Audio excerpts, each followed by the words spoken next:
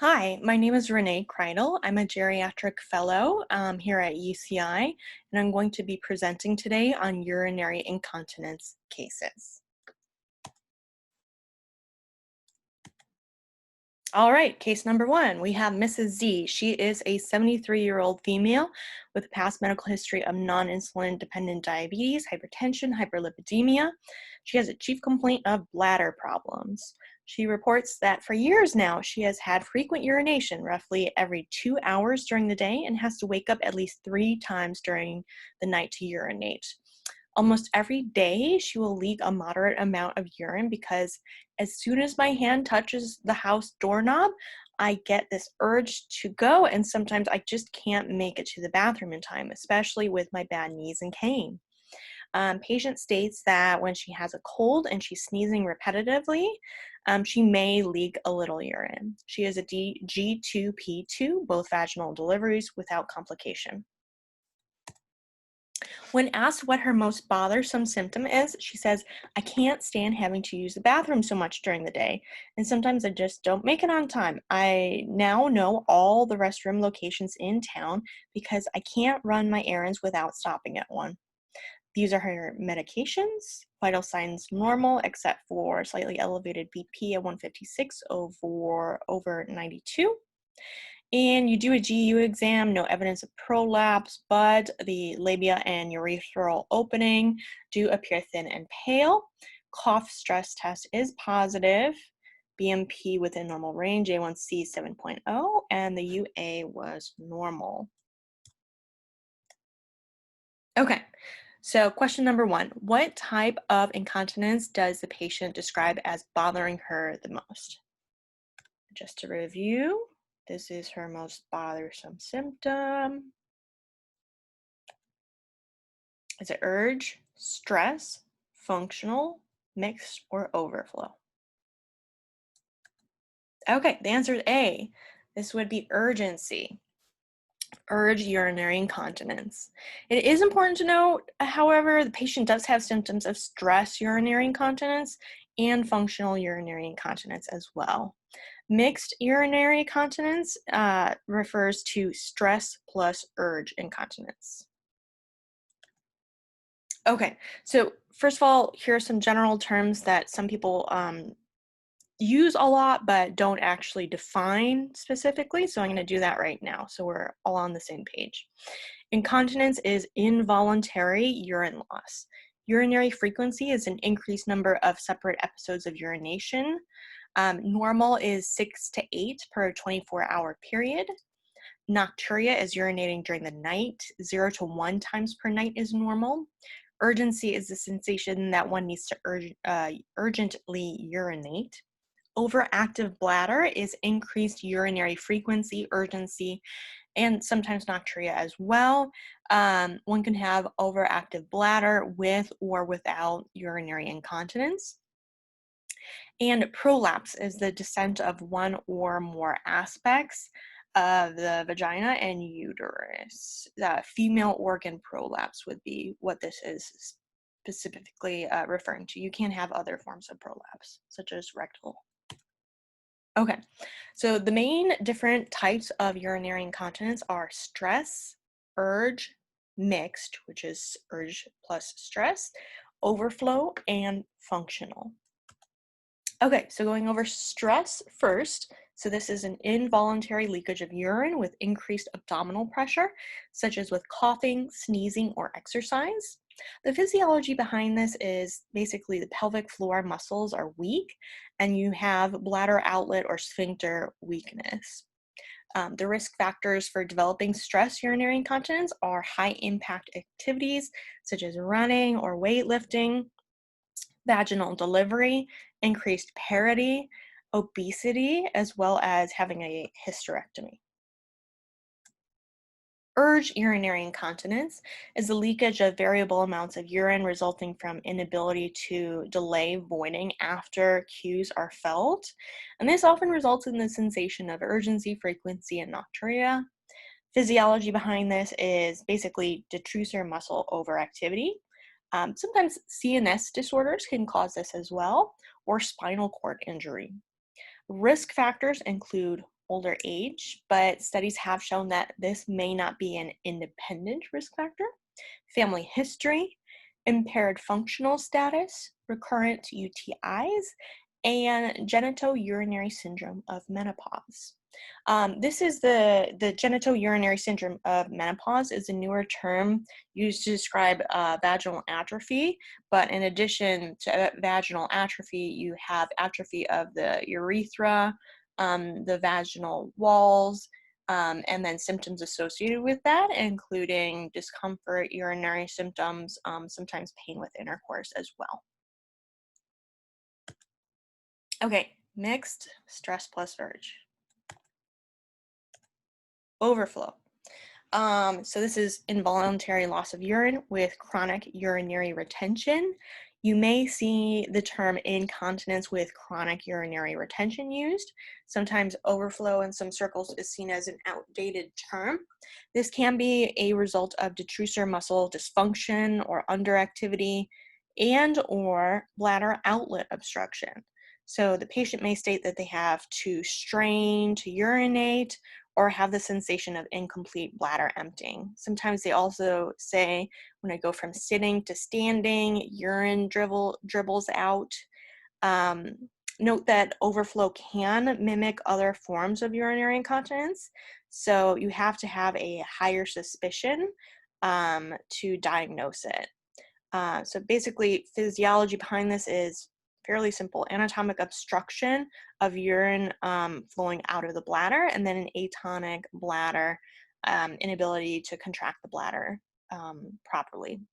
Risk factors and causes of overflow include poorly controlled diabetes, lower spinal cord injury, MS, BPH, and sometimes female organ prolapse, if the prolapse is large enough, can obstruct the flow of urine out of the body.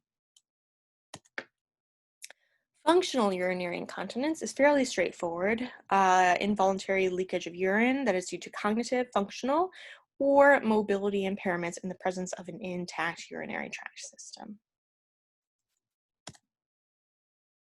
Okay, some additional terms that you might see: coital incontinence. This is less common, and as I was rotating through the UCI urogynecology rotation in geriatrics, they did note that it was more of a challenge to treat. Neurogenic bladder refers to dysfunction of one or multiple components of the nervous system affecting bladder function. It's not really a specific term, and it's less helpful because when you say neurogenic bladder, you're never quite sure, is it with chronic urinary retention? Is there overflow? Is there urge? Yeah, so please be specific. Okay, so question number 2. After counseling Mrs. Z on her options for treatment, which of the following would be the most appropriate option for initial treatment? Would it be A, oxybutynin, ditropan, 5 milligrams extended release PO daily? Would it be B, mirabegron, or also known as mirabetrip, 25 milligrams PO daily? Would it be C, bladder wall Botox injections? Would it be D, timed urinary voids, Q1 hour? Or would it be E, posterior tibial nerve stimulation, or PTNS? The picture to the right does show PTNS. Okay, so the answer would be D, which is the timed urinary voids, Q1 hour. So per expert opinion, conservative management is the best approach to start with, although all other answer choices that were listed could be considered in a patient with urge incontinence. Posterior tibial nerve stimulation is a low-risk conservative treatment that is similar to acupuncture and stimulates the sacral nerve plexus for detrusor muscle regulation. The main reason it would not be most appropriate option to start with is because it's typically a weekly treatment, times 12 weeks, followed by re-eval, and then possibly monthly treatments for the remainder of the 12 months. This is typically how UCI urogynecologists do it. And it is a relatively high burden of treatment and visits, considering that your patient already has impaired mobility. Question number 3. Mrs. Z promises you to give her best in terms of timed voiding. However, she wants to know if you have any other recommendations that are low risk. So what are other evidence-based conservative treatment recommendations for Mrs. Z? Is it A, decrease alcohol and spicy foods from her diet? Is it B, pelvic floor physical therapy? Would it be C, physical therapy for her gait? Or D, all of the above? And just a side note, pictures to the right shows pelvic floor physical therapy. Please let your patients know, if you're referring them to pelvic floor PT, that they actually help you work with the muscles in your pelvic floor. So you may have different techniques that are taught with touching the GU area. So make sure that your patient's aware of that and comfortable with that before referring them. All right, so the correct answer to this one was D, all of the above. So whether you have stress, urge, or mixed stress urge urinary incontinence, you can have these following conservative measures. Appropriate fluid intake, per UCI Eurogyne, any fluid in excess of about 60 ounces or roughly 1.8 liters does not really help bladder health. Make sure you're managing any constipation that might be present, weight loss, pelvic floor muscle strengthening exercises, such as Kegel, either with or without pelvic floor physical therapy. And then other things would be bladder diary for 3 to 5 days to see what's actually happening with their incontinence and urination activity. Smoking cessation and limiting bladder irritants such as caffeine, alcohol, and spicy foods. And identifying any medications that could be contributing to incontinence or frequency. Consider adjusting them or getting rid of them completely. This is especially a big issue in our older patients. So additional conservative management for stress incontinence specifically are pessaries or over-the-counter vaginal inserts. So all urogynecologists and some primary care doctors have pessary sizing kits, and they try different sizes in the office on the patient to see which one is the most comfortable, but also does not fall out of the vagina while the patient's walking. So an example of an over-the-counter vaginal insert is Poise Impressa. And pessaries are also used for prolapses as well, although sometimes slightly different kinds. The bottom left-hand corner is a pessary with a knob used for stress urinary incontinence. And additional conservative management for urge would be bladder training, which we had recommended to Mrs. Z initially. So this is basically starting off with urinating every single hour, regardless if you feel like you have to pee, and then gradually lengthening that interval by 15 minutes until you're able to make it in between those intervals without urinating for 3+ hours. And what you need to instruct your patients is how to work with the urge sensations that they may get in between the hour interval or whatever interval they're at. So they can do distraction activities, thinking about something else, doing different other activities, relaxation exercises such as deep breathing, and or 3 rapid contractions of their pelvic floor, then waiting 5 minutes, walk slowly to the restroom. So they're retraining their brain and their bladder. Make sure your patient knows that. PTNS, which was already mentioned. And then if nocturia is especially a problem for your patient, instruct them to stop drinking any fluids 2 hours prior to bedtime. Also, just double check that they're not drinking water at night. I have seen that in a number of patients. That's not going to help their nocturia. More info on pelvic muscle strengthening. So it can be done with or without pelvic floor PT. Sometimes it can be difficult to find a pelvic floor PT. Kegel exercises are unfortunately often performed incorrectly. So a great way to teach your patients to start off with would be to, when they go to the bathroom to urinate, recommend that they try squeezing their pelvic floor muscles together and up for a few seconds so that the urine stream stops and then completely relaxing. Relaxation is as important as the actual contraction. Once they master that, ask them to perform 3 sets of 10 contractions held for 6 to 8 seconds 4 times per week, not necessarily during urination. And they can extend that to 10 seconds if possible, and then continuing this regimen for at least 3 months. So this is a long-term recommendation. Side note, so there is a great AAFP article, which I include the name of at the end of this presentation on urinary incontinence. It lists intravaginal estrogen as a pharmacologic treatment. And I do know that the UCI urogynecologists treat intravaginal estrogen almost as a conservative management. They almost always start it with every woman with urge urinary incontinence, and their instructions are basically either with the applicator or with clean hands, get a pea-sized amount of cream and apply it just inside the vaginal opening, and the goal is to get that cream on the opening of the urethra. If you do prescribe topical estrogen, just keep in mind that it can be very expensive. So if you have a reliable compounding pharmacy in the patient's area, consider sending them there. Mrs. Z returns to your office 4 months later after doing the timed voids and restricting bladder irritants. Unfortunately, she has only been able to space out her timed voids every 2 hours. She still has 1 to 2 episodes of urinary incontinence. When she is rushing to the bathroom, she would like to try a medication. Vital signs are within normal range at this visit. She has very good insurance. So what would be the top choice for an initial medication? Would it be trospium, also known as Sanctura? It's a newer medication that's 20 milligrams PO BID.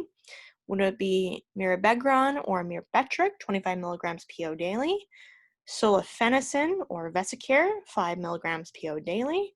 Or oxybutynin patch, or also known as Oxytrol, 1 patch every 4 days or twice weekly. Think about that. So the answer to this one is B, which is Myrbetriq. So given the patient's age, you do want to avoid an anticholinergic side effect if at all possible. And the only medication we have available to us at this point that is not anticholinergic is Myrbetriq. It's a beta-3 agonist. So little physiology review. So the beta-3 agonist is on the detrusor muscle, and that relaxes it. So preventing bladder contraction and urination. And then just a review of the muscarinic and anticholinergic receptors, which will come in handy later on here.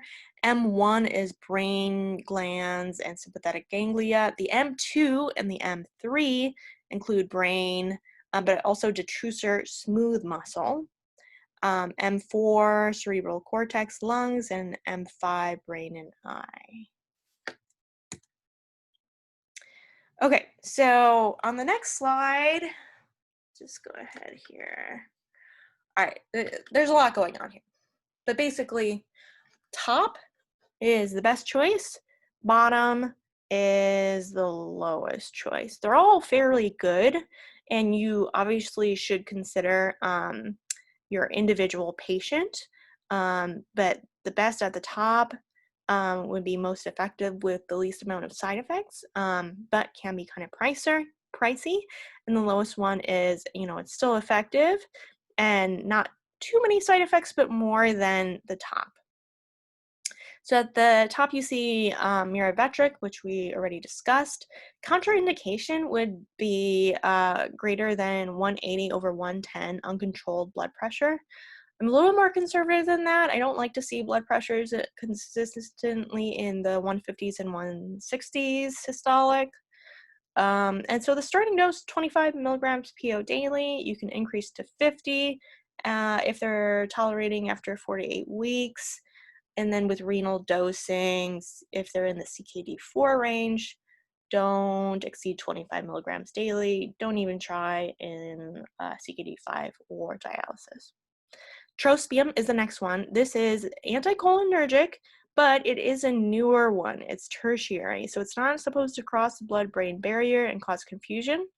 It is focusing on the M2 and M3 receptors, which, as you can see, are both related to the detrusor muscle. So with this medication, side note about the blood-brain barrier. So regarding that, unfortunately, in older folks, the blood-brain barrier does become more permeable as we age. So note that, it's not supposed to cause any confusion, but there still is a possibility. Contraindications to all of the anticholinergic cholinergic medications here would be urinary or gastric retention, such as gastroparesis, and uncontrolled narrow angle glaucoma. I list the dosing here, which is, if you can get your hands on the extended release, would be more easier for your patient, but it is BID as well, 20 PO/BID. The extended release is 60. Similar to the mirabetric, limited dosing for CKD4, and then CKD5 and dialysis, don't try. Solifenacin, or Vesicare, is a newer anticholinergic similar to trospium. It's not tertiary, but it does only act on the M3 receptor. And then this one is 5 milligrams PO daily, can increase to 10 after 4 to 8 weeks, similar to mirabetric, and then limited dose in CKD4, and with CKD5 or dialysis, just don't use this medication, please. Tolterodine, or Detrol, is an older anticholinergic medication. It acts on M2 and M3, similar to trospium. The anticholinergic profile is much better than oxybutynin. I think oxybutynin is the one that I heard the most throughout residency, but tolterodine actually has a much better anticholinergic profile. To start this medication, if you can get on the extended release, that would be better than IR, because that way your patient only has to do 2 to 4 milligrams PO daily. And similar to all of the rest of these, don't try in CKD5 or dialysis, and then limit the dose with CKD4. And then your next options, you can still use oxybutynin, don't get me wrong, but just don't use the IR version of it. Either use the extended release or the patch. Patch does have a much better anticholinergic profile than oxybutynin extended release, but 1/3 of the people on the patches actually end up discontinuing it due to skin issues. This one, as mentioned earlier, is a 3.9 milligram patch twice weekly, or every 4 days. That's the ER dosing, 5 to 20 milligrams PO daily. And I couldn't really find much data on renal dosing for this. Hasn't been specifically studied. If you want more specific information, like the creatinine clearance and the exact GFR, definitely check out UpToDate or Hippocrates. But this is a summary that can be generalized with just the CKD levels. All right, case number 2. You inherit a patient from a former colleague who is retired. Patient's 85-year-old female, complaining of symptoms generally consistent with overactive bladder and urge sensations. However, she has this occasional dribbling of urine without any urge sensation or increased abdominal pressure, like coughing or sneezing. So to be on the safe side, you order a post-void residual or post-void bladder scan. It shows, unfortunately, 310 cc's. So generally agreed upon, less than 150 is normal. Between 150 and 300 is debated upon, but definitely if you're over 300, it's abnormal.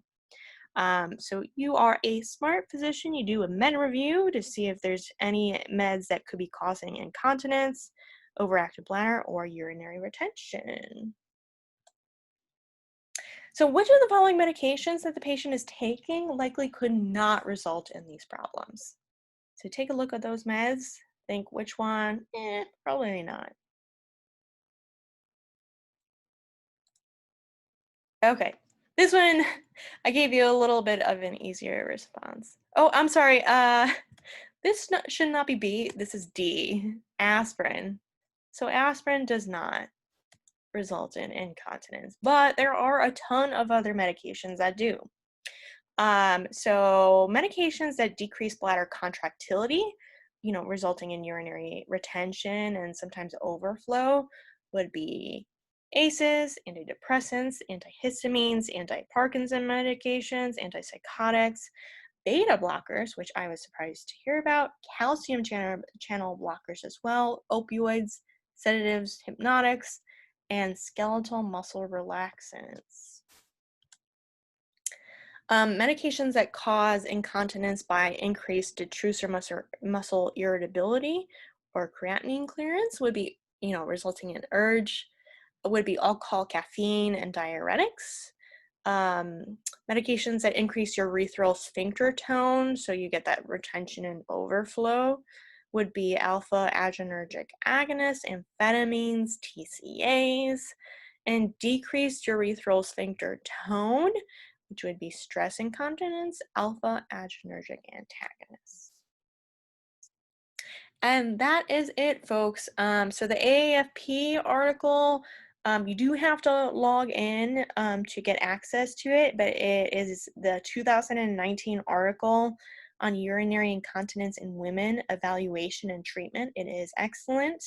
And then pelvic organ prolapse and urinary incontinence in women, the ACOG practice bulletins were good. I do have the PDFs to them. I'll try to put those out. Otherwise, you can't get a direct link to it online. And that is it. Thank you.